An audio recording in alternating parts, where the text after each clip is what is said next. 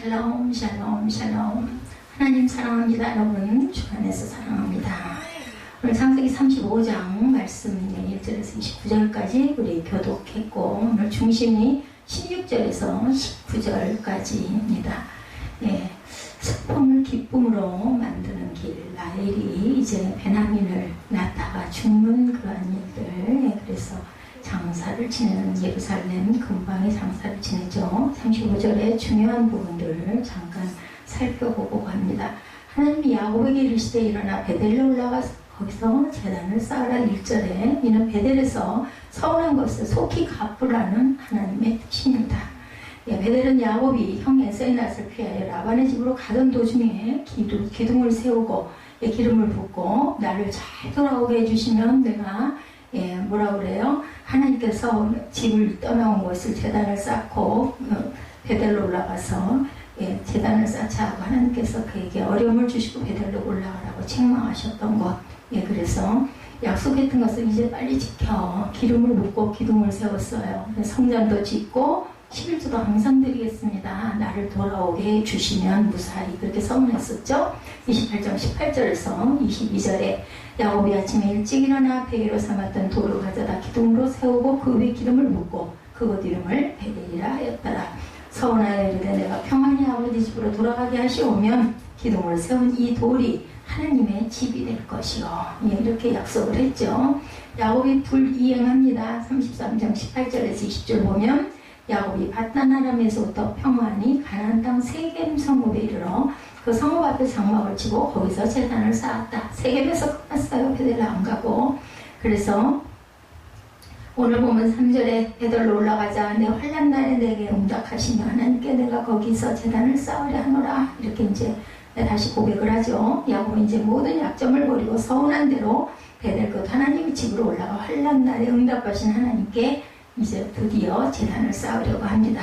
베델로 올라간 이유, 베델은 하나님의 집 교회를 의미합니다. 31장 13절에 따라서 베델로 올라가라는 말은 하나님의 집으로 올라가라는 말이다. 이렇게 증가하고 있습니다.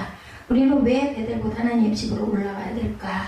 교회는 음부의 권세가 이기지 못하기 때문에 보호를 받기 위해서죠. 마태복음 16장 18절에 이 반석 위에 내 교회를 세우리니 음부의 권세가 이기지 못하리라. 출애굽기 8장 26절에 야훼께 제사를 드리는 것은 애굽 사람이 시가하는 바인즉 우리가 만일 애굽 사람의 목전에서 제사를 드리면 그들이 그것을 미워하여 우리를 돌로 치지 아니하리까. 시편에 다윗이 또한 고백하죠. 27편 1, 2절에 이렇게 환난 날에 우리를 보호해주는 곳이 바로 교회입니다. 시편 27편 5절에 보면 환난 날에 나를 그의 초막 속에 비밀히 지키시고 그의 장막 은밀한 곳에 나를 숨기시며 높은 바위 위에 두시리로다. 121편 1절에서 7절에도 내가 산을 향하여는 우리 찬양 많이 하죠. 눈을 들리라 나의 도움이 어디서 없고 야훼께서 너를 지켜 모든 환난을 면하게 하시며 내 영혼을 지키시리로다. 다시는 야곱이라 부르지 않겠고 이스라엘이 내 이름이 되리라. 오늘 10절이죠. 하나님은 야곱강 씨름에서 이미 야곱의 이름을 이스라엘로 바꿔주셨어요. 그런데도 다시 이스라엘이 내 이름이 되리라고 강조하신 까닭은 야곱이 베델로 올라가서 하나님께 제단을 쌓고 하나님께 예배를 드리지 않았기 때문에 비로소 이제 그렇게 하고 나니까 네가 이스라엘이 되리라. 확실한 약속을 주십니다. 야곱의 하나님이 이제 떠나라 말씀하신 부분이 있었죠. 아브라함의 하나님, 이삭의 하나님, 곧 야곱의 하나님이기도 하는데 하나님께서 아브라함과 이삭의 믿음을 훈련을 시켰던 것처럼 야곱의 믿음도 훈련을 시켰어요. 몇 년 동안? 20년 동안 야곱에게 세겜을 떠나 베델로 올라가라고 한 것도 훈련 과정 중에 하나입니다. 세겜을 떠나 베델로 올라가라. 형 에서의 낯을 피해서 부엘세바에서 떠나 하란으로 가던 야곱은 해가 저물어 돌로 베개를 삼아 잠을 청하죠. 그 밤에 하나님은 야곱에게 나타나 자손과 기업에 대한 약속을 주시고 그것을 이루기까지 내가 너를 떠나지 않겠다. 28장 12절에 약속을 하셨어요. 그죠? 그래서 잠에서 깨어서 야곱은 베개로 삼았던 돌을 가져다 기둥으로 세우고 그 위에 기름을 붓고 그 기둥이 이제 그것이 교회가 될 것이다 라는 약속이죠. 그래서 이름을 베델이라고 하고 하나님께 두 가지 서문을 하죠. 20년 후 야곱은 고향으로 평안히 돌아오게 됩니다. 그러나 그는 세겜에서 제단을 쌓습니다. 33장 17절에서 20절이죠. 야곱은 숫곳에 이르러 자기를 위하여 집을 짓고 바단 아람에서 평안히 가나안 땅 세겜 성읍에 이르러 그 성읍 앞에 장막을 치고 거기에 제단을 쌓았다. 예, 세겜에서 야곱은 딸 디나가 그 땅 주민에게 강간을 당하는 사건, 예, 그런 아주 아픈 사건을 겪죠. 결국 야곱은 주변국들의 위협 속에 놓입니다. 예, 시몬과 레위가 그 땅 주민을 속이고 모든 남자를 죽이죠. 할례받아라 해가지고.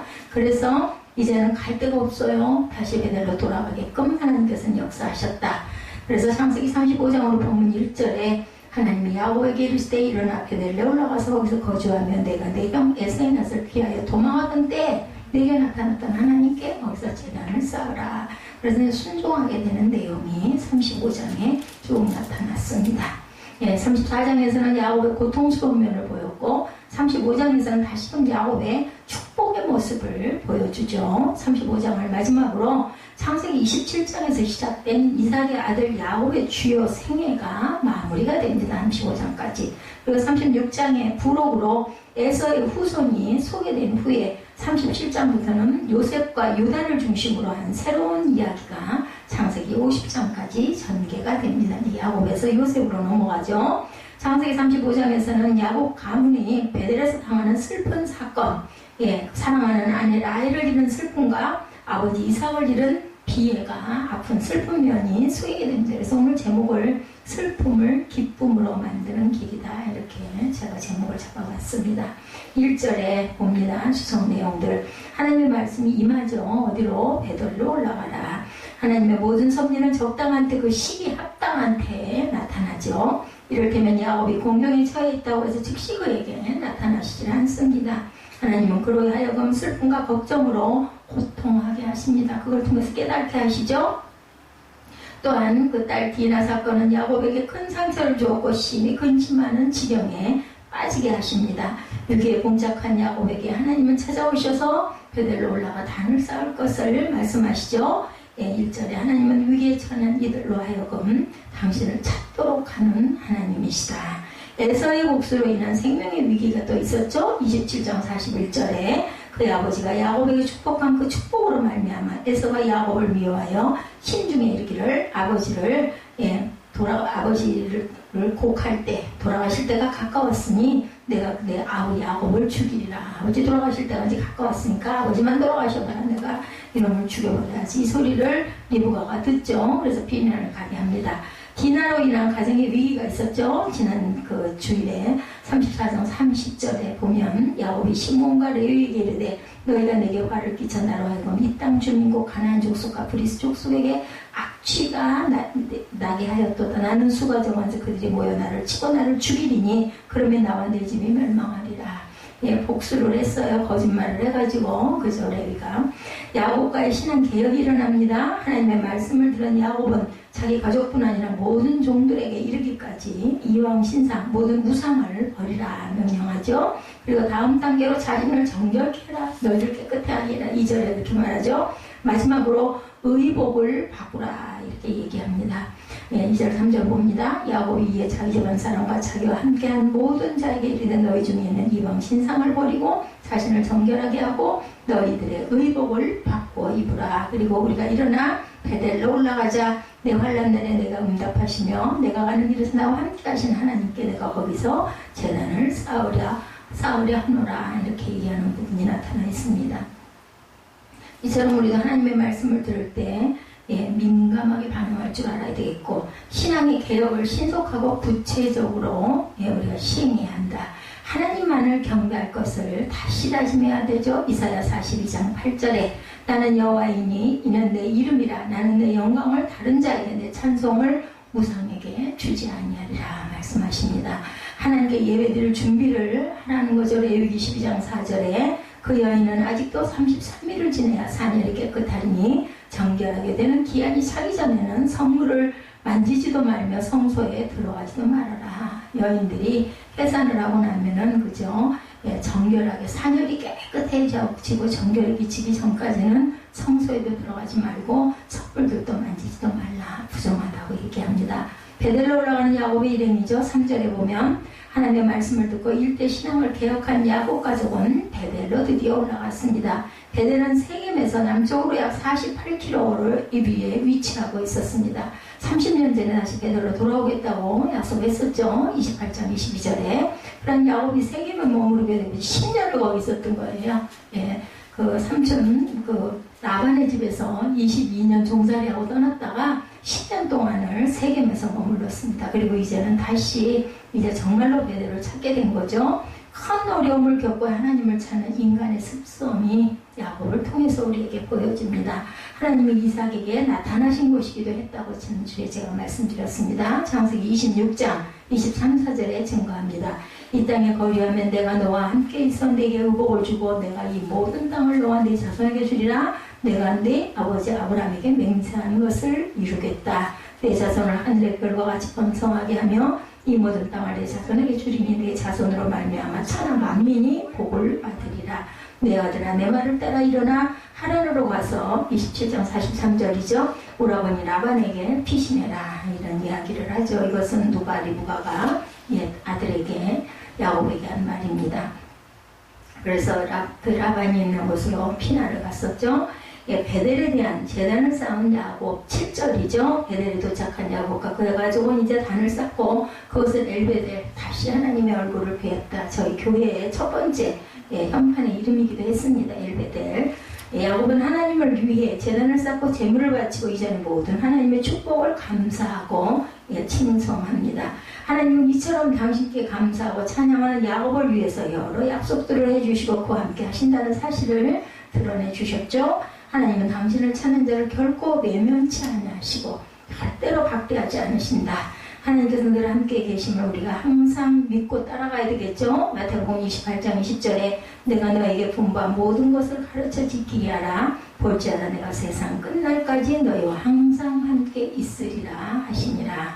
하나님의 거룩한 새 사람이 되자는 뜻이 있습니다. 골로새서 3장 12절에서 14절에 그러므로 너희는 하나님이 택하사 거룩하고 사랑받는 자처럼 긍휼과 자비와 겸손과 온유와 오래 참음을 옷 입고 누가 누구에게 불만이 있거든 서로 용납하여 피차 용서하되 주께서 너희를 용서하신 것 같이 너희도 그리하고 주님이 우리를 용서하셨기 때문에 우리가 이웃을 용서해야 되고 사랑해야 됩니다. 이 모든 것 위에 사랑을 더하라. 이는 온전하게 매는 띠니라. 용서할 뿐만 아니라 거기다 플러스 사랑해야 된다. 왜? 예수님이 우리를 위해서 사랑을 주시고 십자가에 못 박혀 돌아가시기까지 하셨기 때문에 돌기둥을 세우죠. 14절에 하나님을 만나 축복의 말씀을 들은 야곱은 그 장소에 돌기둥을 세우고 전제물과 기름을 부어 하나님께 경배합니다. 그것이 오늘날의 신약의 예배예요. 그죠? 이처럼 야곱이 축복을 받고 제사의식을 행한 것은 자기를 축복하신 하나님께 또한 온전한 헌신하겠다는 신앙 고백을 의미합니다. 그래서 온전한 예배에는 몸도 드리고 마음도 드리고 못도 드리고 헌물도 드려야 된다. 시간도 당연히 드리죠. 오늘날 많은 사람이 하나님의 축복을 받기에만 급급해하면서 자신을 하나님께 드리는 것은 생각하지 않습니다. 인터넷으로 예배 드리면 어때? 들으면 예배지. 또 이런 생각들을 많이 하지만 아니죠. 진정한 행복은 하나님께 나를 드리고 그분의 뜻을 따라 또한 사는 생활. 이것이 바로 진정한 복이고 그리고 또 온전한 산 예배이죠.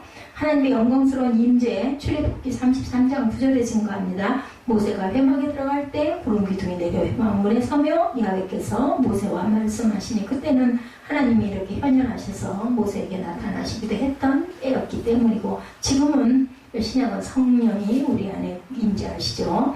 하나님의 교회를 상징하죠. 디모데전서 3장 15절입니다. 만일 내가 지체하면 너로 하여금 하나님의 집에서 어떻게 행하여야 할지를 알게 하려 함이니 이 집은 살아계신 하나님의 교회요 진리의 기둥과 탑이라 이렇게 증거되어 있습니다.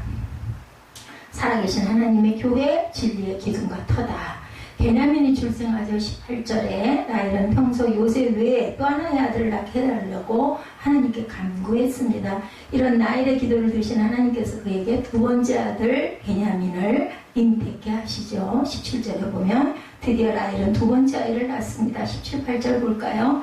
그들이 베델의 길을 16절 베델의 길을 따라 에브라스에 이르기까지 얼마간 거리를 둔 곳에서 라헬이 해산하게 되었으니 미고생하여 그가 난산할 즈음에 산파가 그에게 이르되 두려워하지 말라 지금 내가 또 등남하리라 하매 그가 죽게 되어 그의 혼이 떠나려 할 때 아들의 이름을 베논이라 불렀으나 그 아버지는 그를 베냐민이라고 불렀다.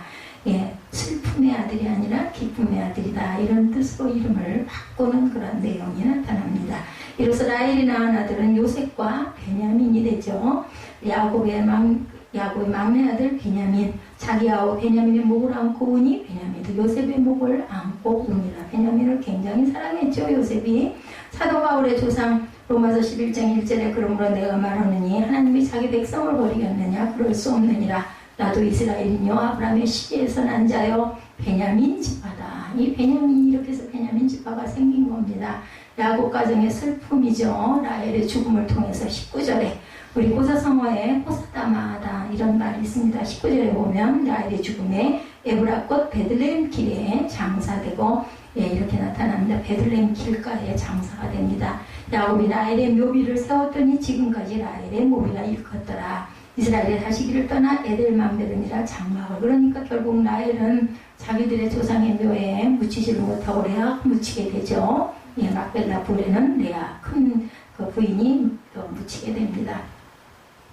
그래서 첫 라헬은 베들레헴 길에 장사가 되죠. 첫 해산 이후 연로한 까닭에 30장 25절에 보면 라헬이 요셉을 낳았을 때 야곱이 라반에게 이르되 나를 보내어 내 고향 나의 땅으로 가게 하시되 요셉을 낳았을 때 돌아가려 했습니다. 매우 힘이 들었습니다. 열왕기하 19장 3절에 그들이 이사야에게 이르되 히스기야의 말씀이 오늘은 환난과 징벌과 모욕의 날이라 아이를 낳을 때가 되었으나 해산할 힘이 없도다. 아이를 낳는 건 이렇게 힘이 든 일입니다. 야곱의 12자녀들에 대해서 23절부터 소개가 되죠. 야곱의 아들은 12이라 레아의 아들들은 이렇게 시작이 됩니다. 야곱은 레아에게서 장자 루벤을 비롯해서 6명의 아들, 마니나스의 아들과 1명의 딸을 낳았고 라헬에게서는 2명의 아들만을 얻습니다. 베냐민과 요셉이죠. 레아의 여종 실바에게서 2명을 낳고 라헬의 여종 비라에게서 또한 2명의 자녀를 낳습니다. 야곱의 아들로부터 이스라엘의 12지파가 나오게 되죠. 이 아들 12은 신정국가 이스라엘의 12지파의 근간들이 됩니다. 야곱의 장자 루벤 창세기 29장 31절에 야훼께서 레아가 사랑받지 못함을 보시고 그의 태를 여섰으나 라헬은 자녀가 없더라. 공평을 하신 하나님이에요. 그죠? 야곱의 셋째 아들 레위의 아들은 게르손과 그 아가 무라리요 이렇게 말하죠. 이삭이 죽습니다. 28구절에 이 세상에 태어난 자는 누구나 한 번은 이 세상과 이별을 합니다. 이는 천지를 지으신 하나님의 순리이자 우리 인생의 죄업이기도 하죠. 온유하고 말이 없는 이삭은 모든 족장 중에 가장 오래 산 대표적인 인물 180세까지 샀다 나타나죠. 이삭은 살 만큼 살다가 후회 없이 미련 없이 평온한 상태에서 죽어 열조에게로 갑니다. 하나님을 경외한 이삭에게 주신 축복 창세기 22장 9절에 하나님이 그에게 일러주신 곳에 이른지라 이 아브라함이 그곳에 단을 쌓고 나무를 버려놓고 그의 아들 이삭을 결박하여 배단 위에 놓고 이렇게 순종했던 이삭이란 뜻이죠. 누구나 죽음은 찾아오죠. 전도서 2장 15, 16절에 내가 내 마음속으로 이르기를 우매자가 당한 것을 나도 더 말이니 내게 지혜가 있었다 한들 내게 무슨 유익이 있으리요 하였도다. 이에 내가 내 마음속으로 이르기를 이것도 헛되도다 하였도다. 이 지혜가 있어도 절대로 죽음을 넘어설 수는 없다는 거죠. 지혜자도 우매자와 함께 영원하도록 기억함을 얻지 못하나니 후일에는 모두 다 잊어버린 지 오래일 것입니다. 오라 지혜자의 죽음이 우매자의 죽음과 일반이로다. 전도서 2장 15, 16절 말씀입니다. 그래서 디나 사건을 통해서 위기에 봉착한 야곱에게 하나님은 다시 배달로 올라가서 단을 쌓아라. 이 위험스러워서 이제 거기 살 수 없게 만들어버렸어요. 세겜에 있다가는 내가 죽겠다. 그들이 나한테 보복하겠다 하죠. 34장에 결국은 그래서 하나님의 사자가 나타나니까 아이고 가야겠구나 떠나게 되죠. 단을 쌓은 야곱에게 하나님은 그 전에 허락하셨던 이스라엘이라는 축복의 이름을 야곱에게 새롭게 다시 또 주십니다. 베델로 올라가기 전 야곱이 취한 행동은 오늘날 형식을 도외시하는 사람들에게 많은 교훈을 주는데 지나치게 형식을 따지는 것도 잘못이지만 형식을 무시하는 예배도 잘못되죠. 두려워하지 말라고 말씀합니다. 야곱이 우여곡절 끝에 베들로 이주한 후 그때부터 편안해지는가 싶었는데 얼마 후 지극히 사랑하던 아내 라헬이만 죽습니다. 라헬이 베냐민을 낳을 때 산고가 심하자 산파가 라헬에게 말하죠. 두려워하지 말라. 지금 내가 또 등남하리라. 이때 야곱은 12번째 막내 아들을 얻음으로 그 아들을 통해 완성된 축복을 상징하는 이스라엘의 12지파가 드디어 누구를 통해서? 라헬을 통해서 완성이 됩니다. 그처럼 최대의 축복전의 상고의 진통이 늘 우리의 삶 속에도 있을 수가 있죠. 고난은 영광으로 가는 통로나 다리가 될 때가 많다는 걸 절대 잊지 말아야 되겠습니다. 이것이 우리에게 주는 교훈입니다. 요한복음 12장 23절에 예수님의 인자가 영광을 얻을 때가 왔도다라고 말씀하셨을 때 제자들은 이제 주님이 뜨시겠구나, 나도 한 자리가 없겠지 하고 오해했었죠. 예수님이 얻을 영광은 십자가를 지는 거였지 무슨 영광된 자리에 금방석에 앉는 건 아니었습니다. 영광과 축복을 절대로 우리는 오해하지 말아야 된다. 십자가를 피하면 영광과 축복을 얻지 못한다. 뭐라 그러셔요? 죽어야 살고, 그죠? 죽어야 살고 헌신해야 복을 받습니다. 어떤 사람은 의문을 품습니다. 내가 이렇게 죽었는데 왜 문제는 안 풀리고 더 꼬여, 더 어려워. 상황과 인간과의 관계가 어려워지면 반전의 역사를 기대하면서 항상 결심합니다. 내가 죽어야지. 아직도 내가 살아서 내가 이렇게 혈기를 부리는 거, 이런 생각할 때 많죠. 그렇게 결심을 하고 죽었는데 상황이 나아지지 않으면 또다시 내가 살아나죠. 하나님께 따지죠. 내가 이렇게 죽었는데 왜 아직까지도 이렇게 문제가 안 풀립니까? 이럴 때 있어요, 정말로. 사람에게도 따집니다. 내가 얼마나 참았는데 세상에 그럴 수가 있느냐고. 오늘 같은 날도 아주 어이없고 기가 막힌 일을 보고는 나는 이제 말을 하지 말아야겠다, 이런 생각을 또 한 번 했습니다. 죽은 줄 알았더니 벌써 또한 내가 살아나 있는 모습. 그러할지라도 뭐라 그러세요? 내가 너희를 용서했으니 너는 그죠? 이웃을 용서해라. 그리고 거기다 뭘 더해라? 사랑도 더하라고 하십니다. 그걸 실천하고 가야 되는 게 우리의 사명입니다. 죽은 것이 아니라 죽은 채 한 거죠. 완전히 죽지를 못하기 때문에 죽으면 많은 열매가 맺혀지지만 죽은 채 하면 아무 열매도 없다는 겁니다. 죽은 채 하는 거 하나님이 아시죠? 그죠? 하나님이 내가 억울함도 아시지만 내가 체하는 것도 아신다는 거죠. 선거 때 이 후보자들이 겸손히 허리를 굽히고 죽은 사람처럼 행동하고 정말 어떻게 저렇게 정말 겸손할 수가 있을까 싶을 정도로 그냥 시장 바닥에서 행상하는 할머니들 손 막 어루만지고 막 아이고 수고하신다고 이러죠. 근데 어느새 당선이 되고 나면 어이구 먼 당신이 돼버립니다. 허리가 빳빳해집니다. 실제적인 헌신도 없이 죽은 채 하는 정치꾼과 같은 영성꾼이 돼서는 안 되겠다. 똑같습니다. 학생이 공부하지 않고 좋은 성적을 기대하거나 선수가 연습하지 않고 승리를 기대하는 것은 잘못이시지, 성도가 십자가를 지지 않고 축복을 기도하는 것 또한 잘못입니다. 교회에 어떤 필요가 생각나면 하나님 이 필요를 생각나게 해주셔서 감사합니다. 이 문제를 제가 맡겠습니다 하고 십자가를 지는 자가 삶의 복된 삶이 되죠. 어떤 목사님은 필요한 교회 시설 구비도 미룬 채 선교사를 돕고 심지어는 자기 사례비를 못 받아도 선교 후원비를 보냈다고 그래요. 세상에서는 어리석다고 하죠. 도대체 자기 교회는 안 돌보고 무슨 선교사한테 그걸 다 보내면 어떻게 할 거라고. 얼마나 성도들도 아니면 장로들도 그죠? 얼마나 그냥 돌려 세워놓고 얼마나 그 왕따를 시키고 수군거렸겠죠. 사람을 보고 배운 대로 따라가니까 그런 목사 밑에서 배운 성도도 따라서 행동하고 교회 필요에 힘써서 채우게 됩니다. 결국 헌신의 연쇄반응으로 선교사의 필요도 채워지고 교회와 목사의 필요도 결국은 채워진다. 그 목사의 그 성도에 따라가게 되고 닮게 되죠. 복된 교회가 됩니다. 십자가를 회피하면 축복도 나를 회피하지만 십자가를 기꺼이 지면 하나님께서도 기꺼이 축복해 주신다라는 거 믿음으로 말하라. 라헬은 베냐민을 낳고 죽어가면서 아들 이름을 아까 말씀드린 대로 베노니 슬픔의 아들이다 이렇게 불러서, 왜냐하면 그때는 그 되어지는 상황 그대로 이름을 지었던 것 같아요. 그죠? 그랬더니 어린 자식을 두고 죽는 가슴 아픈 상황에 임종을 하면서 아들을 슬픔의 아들이라고 탄식을 했겠죠. 그때 야곱은 베논이라는 이름을 베냐민으로 바꿔 부릅니다. 베냐민이란 기쁨의 아들. 비슷한데 이름은 정반대입니다. 베논이는 슬픔의 아들, 베냐민은 기쁨의 아들. 극한 슬픔 중에도 기쁨을 잃지 않겠다는 야곱의 의지, 믿음이 보이죠. 슬픔 중에도 기쁨의 말을 할 줄 아는 믿음이 복된 믿음이다. 그래서 우리는 정말 이를 갈면서도 축복을 해야 합니다. 특히나 자녀에게는 이를 갈면서도 망할 자식 하지 말고 이 축복의 자식아 이렇게 해야 되죠.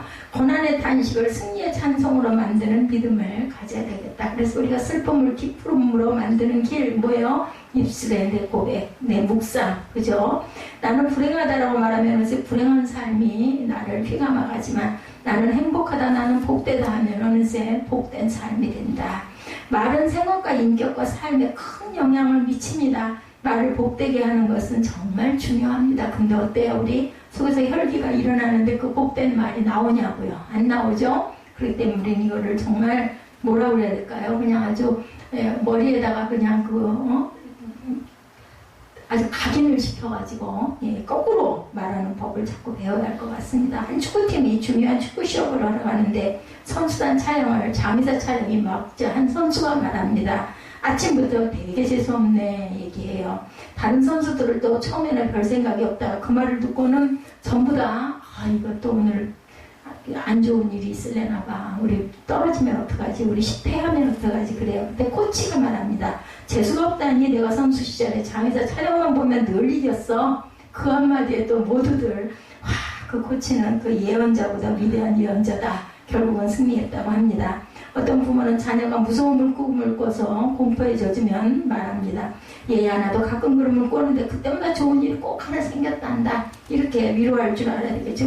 뭐가 그래 하면서 마음으로는 좋은 얘기 해주니까 기대하게 됩니다. 그 말 한마디가 자녀의 가진 공포와 두려움을 극복하고 이기게 해주는 힘이 되죠. 어느 부모도 어떤 예언자보다도 위대한 예언자가 될 수 있다. 이단이 신비를 가장해서 두려움이 생기게 하는 말을 할 때 그 말에 절대로 우리는 미혹되지 말아야 됩니다. 가정과 교회, 사회에서 위대한 예언자처럼 걱정 마세요. 이게 바로 축복의 신호입니다. 이렇게 얘기를 하면 안 믿고 싶지만 좋은 얘기니까 혹시나 하는 마음이 우리 마음에는 생깁니다. 파스칼은 인간은 생각하는 갈대다 이렇게 얘기했죠. 인간은 연약해도 생각 하나만 잘하면 세상을 극복하고 다스려 나갈 수도 있다. 어떤 생각을 하느냐가 삶의 내용과 질을 결정합니다. 그렇기 때문에 우리 김종국 집사에게는 당신은 잘할 수 있어. 당신이 축복의 문을 열 거야 하고 자꾸 축복의 말하고 머리를 아이고 이뻐라 하고 자꾸 쓰다듬어 주세요. 꼬집고 찌르고 눈을 미워하지 말고 절대로 그렇게 하지 말고 바꾸시기 바랍니다. 이렇게 할 거를 이렇게 써도 쓰다듬어 주세요. 그리고 궁둥이를 막 두들겨주고 그러면 이 여자가 왜 이래 그래도 싫어하지는 않아요. 어떤 생각을 하느냐가 삶의 내용과 질을 결정한다. 말과 생각을 긍정적으로 바꾸는 게 우리의 관건입니다. 문제는 나쁜 것이 아니고 쾌락과 함께 걸으면 얻을 것이 없고 오히려 지혜와 건강만 잃습니다. 반면에 문제와 함께 걸으면 수많은 인생의 진리를 그것들 극복하면서 인내하면서 얻게 되죠. 슬픈 상황에서도 믿음으로 생각하고 말하면 기쁨 상황으로 변해서 펼쳐진다. 그리고 또한 새롭게 항상 출발할 줄 알아야 되겠죠. 라헬이 죽자 야곱은 그녀를 에브랏 곧 베들레헴 길에 장사를 합니다. 원래 그들 가문의 장지는 아브라함과 이삭이 거류하던 헤브론이었었죠. 그런데 더운 날씨 그곳까지 시신을 옮길 수가 없어서 라헬이 죽은 곳 근처인 베들레헴 길에 장사하고 라헬의 묘에 비를 세우는데 그 묘비는 창세기에 쓰일 당시인 모세 때까지 라헬의 묘비다 이렇게 일컬어졌다. 오늘 본문 20절에 소개되어 있죠. 야곱이 라헬의 묘비를 세웠다는 언급은 그녀에 대한 그의 지극한 사랑을 나타냅니다. 그리고 야곱은 사랑하는 아내의 무덤을 떠나고 싶지 않았겠지만 어쩔 수 없이 무거운 발길을 돌려서 길을 떠나죠. 아무리 사랑했어도 죽은 사람은 하나님 품과 손길에 보내어 맡기고 나는 또한 새로운 길을 내일을 향해 나아가야 되죠. 슬픈 과거를 떠나보내고 내일을 향해 출발해야 야곱의 삶을 넘어 이스라엘의 삶이 펼쳐진다. 이스라엘이라는 이름을 다시 봤죠. 그런 승화된 삶의 대비를 극명하게 보여주는 창세기 기록자는 야곱을 언급할 때 라헬의 묘비를 세우는 장면인 20절에서 야곱이란 표현을 썼고 다시 길을 떠나는 장면이 21절에서는 이스라엘이라는 표현을 씁니다. 21절 한번 볼까요? 20절 야곱이 라헬의 묘에 비를 세웠더니 지금까지 라헬의 묘이라 일컫더라. 이스라엘이 가시기를 떠나 아델망들을 지나 장막을 쳤더라. 이스라엘이 그 땅에 거주할 때 르우벤이 가서 그 아버지의 첫 비라와 동침함에 이스라엘이 이를 들었더라. 그래서 르우벤이 아주 저주를 받죠. 야곱의 아들은 12이나. 장자가, 이 장자 르우벤이 그런 나쁜 짓을 해가지고 결국은 이 장자가 반열에 들지를 못합니다. 과거의 상처와 슬픔을 딛고 새 출발을 잘해야 됩니다. 그랬을 때 삶이 있으면 사람은 늘 죽음이 있기 때문에 하나님 안에 있으면 죽음 위에 어떤 영원한 삶이 또한 펼쳐집니다. 또한 만남이 있으면 이별도 있죠. 그 이별을 믿음으로 극복하면 새로운 더 좋은 만남이 이루어집니다.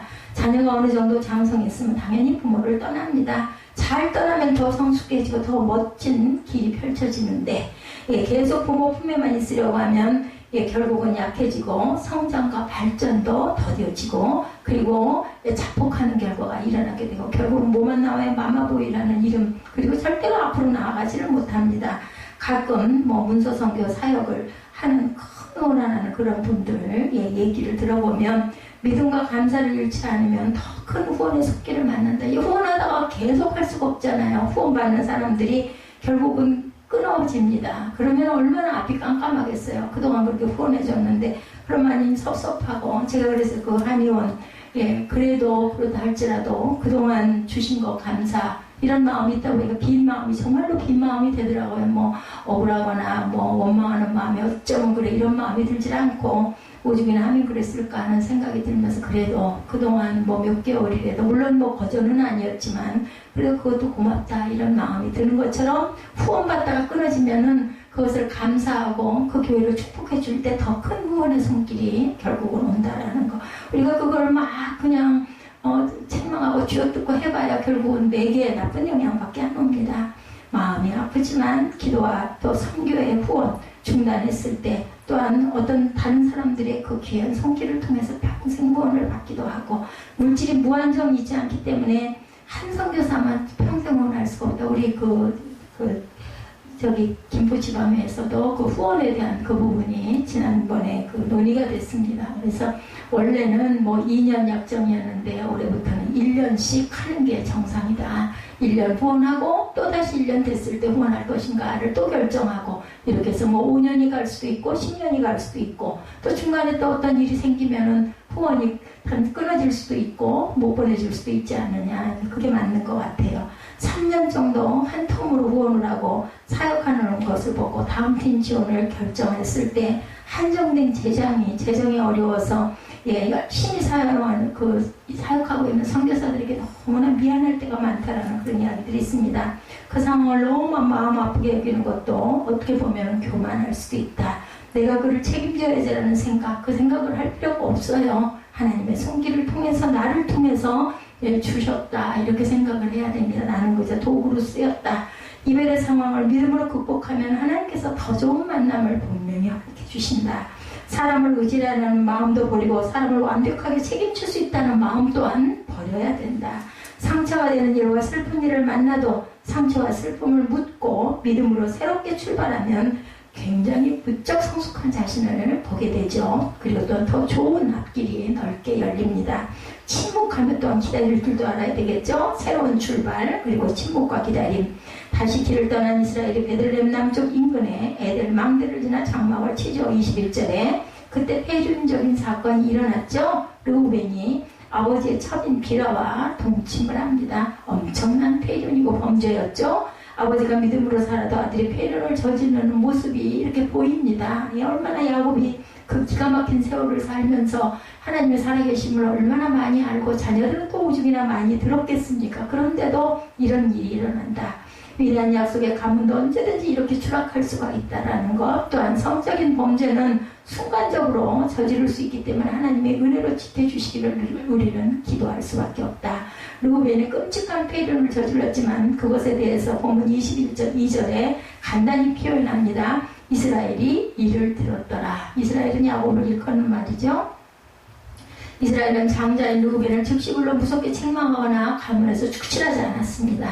왜 그때 가만히 있었을까? 극심한 수치심과 상실감으로 그 문제를 묻어두고 싶었을 것이죠. 또한 그 문제를 드러내도 어떤 해결책도 당장 없기 때문에 야곱이 굉장히 잘 견디는 사람인 것 같아요. 그죠? 자기 딸 죽었을 때도 그때도 조용했죠. 아들들 돌아올 때까지 기다립니다. 대단한 인내심이죠. 그 상황을 완전히 그런 잊을 수가 없죠. 약 40년 가까운 오랜 침묵 후에 야곱은 임종할 때 르우벤이 탁월하게 되지 못할 것이다 라는 유언을 49장 4절에 남깁니다. 범죄로 인해서 르우벤은 장자권을 잃어버립니다. 역대상 5장 1절에도 나타납니다. 실제로 르우벤 지파에서는 사사나 예언자나 왕같은 인물이 전혀 배출되지를 않습니다. 죄에 대한 마땅한 보응을 결국은 받게 되죠. 장자권을 박탈당하고 그처럼 하나님의 공의가 이루어짐을 믿고 분노가 생길 때도 당장 절망적인 상황이라도 끝까지 인내하면 절망이 희망으로 바뀌고 슬픔은 기쁨으로 바뀝니다. 반면에 절망하면 더 절망적인 상황이 펼쳐지죠. 중요한 것은 마음 다스리기. 그렇죠. 절망은 약자가 늘 내리는 결론이지만 성도는 늘 희망으로 결론을 내려야 합니다. 절망보다 희망이 큰 것을 믿어야 되고 희망이 있으면 타락이나 원망의 가능성도 또한 줄어듭니다. 현재 가진 것에 대해 원망하면 세계를 가져서 원망할 것이 계속 보입니다. 온 세계를 다 갖는다 해도 현재 가진 것에 감사하면 더 어려울 때도 우리가 감사하게 되죠. 그리고 또한 다섯 번째로 약자를 보살피는 그러한 신앙을 가져야 합니다. 27절에 야곱이 기랏 아르바의 마므레로 가서 그의 아버지 이삭에게 이르렀으니 기랏 아르바는 곧 아브라함과 이삭이 거리갔던 헤브론이더라. 헤브론으로 돌아왔어요. 왜 야곱은 헤브론에 살던 이삭에게 갔을까? 늙어서 기력이 없어진 아버지 이삭을 돌보려고 거주지를 옮긴 것으로 효자죠. 헤브론은 그의 가문의 원적지와 같은 곳이었기에 감회가 깊었을 것입니다. 거기서 이삭이 180세 때의 죽자 에서와 야곱이 이삭을 장사했다. 29절에 나타나죠. 연로한 아버지 곁으로 이사가서 아버지가 돌아가실 때까지 그 곁을 지키는 야곱의 모습은 부모 공경의 중요성과 약자를 보살피는 삶의 중요성을 가르쳐 줍니다. 내가 약자를 보살피면 하나님도 내가 약할 때 보살펴 주십니다. 강한 사람도 언젠가는 당연히 약해지죠. 우리가 항상 젊고 청춘은 아닙니다. 그렇기 때문에 그때를 잘 대비하려면 현재 약자를 보살피는 그것이 내 가족이고 내 부모이고 또 뭐 내 이웃일 수도 있겠고 그렇죠. 하나님은 약자를 보살피는 손길을 결코 잊지 않고 그것을 정말 기가 막히게 거기다가 뭐까지 보너스까지 얹어서 꼭 갚아주신다라는 것. 야곱은 허물도 많았지만 인간적인 우직한 매력도 있고 축복받을 만한 점들을 가지고 있었다. 또 이렇게 변화가 되기도 했을 겁니다. 가장 큰 매력과 축복의 요소는 살핌의 은사를 가졌다. 그런 가축대를 잘 보살폈죠. 삼촌 라반의 집에 있을 때도 양떼를 잘 보호했습니다. 특히 연로하시고 약해진 부모님을 잘 보살핍니다. 그가 이삭을 노년에 돌본 기간은 12년으로 추정이 됩니다. 그런 부모가 연약해질수록 더 부모를 보살피고 살핍니다. 그가 복된 존재가 될 수 있었던 것은 그 살피는 마음이 하나님을 닮은 마음이었기 때문이다. 사람에게는 인간에게는 누구나 장단점이 있어요. 하나님께서는 단점도 보시지만 장점은 분명히 상으로 갚아주신다. 그처럼 어려운 약자를 살피는 마음이 있어야 하나님의 마음을 우리가 얻을 수가 있습니다. 하나님의 마음을 얻으면 최상의 것이 주어집니다. 그때는 고난이 주어져도 최상의 것이 주어진 것. 고난 후에 축복이 따르죠. 고난을 두려워하지 말아야 되겠다. 그래서 그런 말이죠. 우리 보통 이 사람들의 말에도 젊어서 고생은 뭐라 그래요? 사서도 한다 그러죠. 십자가의 고난을 피하지 말고 기꺼이 졌을 때 고난을 통해서 성숙해지고 강해지고 강하고 장수하고 잘 사는 사람은 되게 적도 지방 사람이 아닌 추운 지방 사람이라고 그래요. 따뜻한 환경이 좋은 것만은 아니죠. 그래서 우리가 유년 시절에 그리고 학창 시절에 너무 부하고 부유하게 사는 아이들은 뭔가를 뚫고 나가는 힘이 약해요. 보면 문제가 생기면 잘 받아들이고 감사하고 헌신하는 마음이 생깁니다. 낙심하라고 주어진 것이 아니라 문제는 나아지라고 주어진 것이다. 어느 해에도 문제가 없었던 때는 없어요. 우리 지난 세월 이렇게 보면 해마다 정치는 늘 혼란하고 대통령을 뽑을 때 기대해도 또 가다 보면 또 문제가 생기죠. 혼란이 또 일어납니다. 사회는 불안하고 경제는 발달했다고 하고 잘 살아지 뭐 GNP가 얼마가 됐다고 하고 2만 불이 됐다고 해도 여전히 가난한 사람은 엄청 가난해요. 그죠? 예. 부익부 빈익빈이 점점 더 거리가 텀이 커집니다. 수시로 문제는 일어납니다. 그런 문제를 극복하고 예, 살아가는 것, 살 수 있는 것, 내가 이 자리에 이렇게 있을 수 있는 것만도 얼마나 감사한가. 이런 마음이 젊었을 때 들었으면 얼마나 좋아요, 여러분들. 그래서 젊은 시절에 하나님께 은혜 받고 일상에 아무것도 아닌 보통 일상을 너무 감사하게 귀하게 여기는 여러분들은 정말 복된 인생이 될 것이다. 그래 교만하지 않고 가진 것을 자족하고 감사하고 또 가진 것을 가지고 내가 다 쓰지 않고 나눌 줄 아는 그러한 사랑의 마음을 지녔을 때 하나님께서 그것을 분명히 보시고 30배, 60배, 100배로 갚아주신다는 것을 믿고 예, 이 야곱의 일생을 통해서 우리가 항상 가진 것을 감사하고 또한 약한 자를 보호하고 또한 항상 하나님 말씀 중심으로 또한 힘들고 어려울 때는 침묵으로 기다릴 줄 아는 그런 야곱 같은 야곱 정말 아주 뭐 지렁이 같은 너 야곱아 할 정도로 정말 처음에 형을 속이고 나올 때도 형 발뒤꿈치 붙들고 나오고 그랬던 야곱이지만 이렇게 하나님께서 예, 축복하셔서 또 순종해서 예, 하나님이 말씀하신 것으로 따라가고 다시 돌아오라고 했을 때 돌아왔을 때 새로운 출발을 주시고 다시 이스라엘이라는 이름도 다시 주시고 항상 우리가 약자를 보살피라는 그 말씀대로 항상 약자를 보호하고 보살폈을 때 이러한 12지파를 형성하는 그런 민족의 조상이 되는 축복을 주시는 것을 우리가 창세기 35장까지 29장부터 35장까지였죠. 야곱의 생애 통해서 우리가 귀한 은혜를 받았습니다. 네, 야곱의 일생 그리고 하나님께서 주시는 축복을 잘 기억하고 우리가 그러한 삶을 살도록 항상 하나님께 기도하고 하나님께 구하는 저와 여러분 되시기를 주님의 이름으로 축복합니다. 네, 결단하시고 잠깐 기도하는 시간 갖도록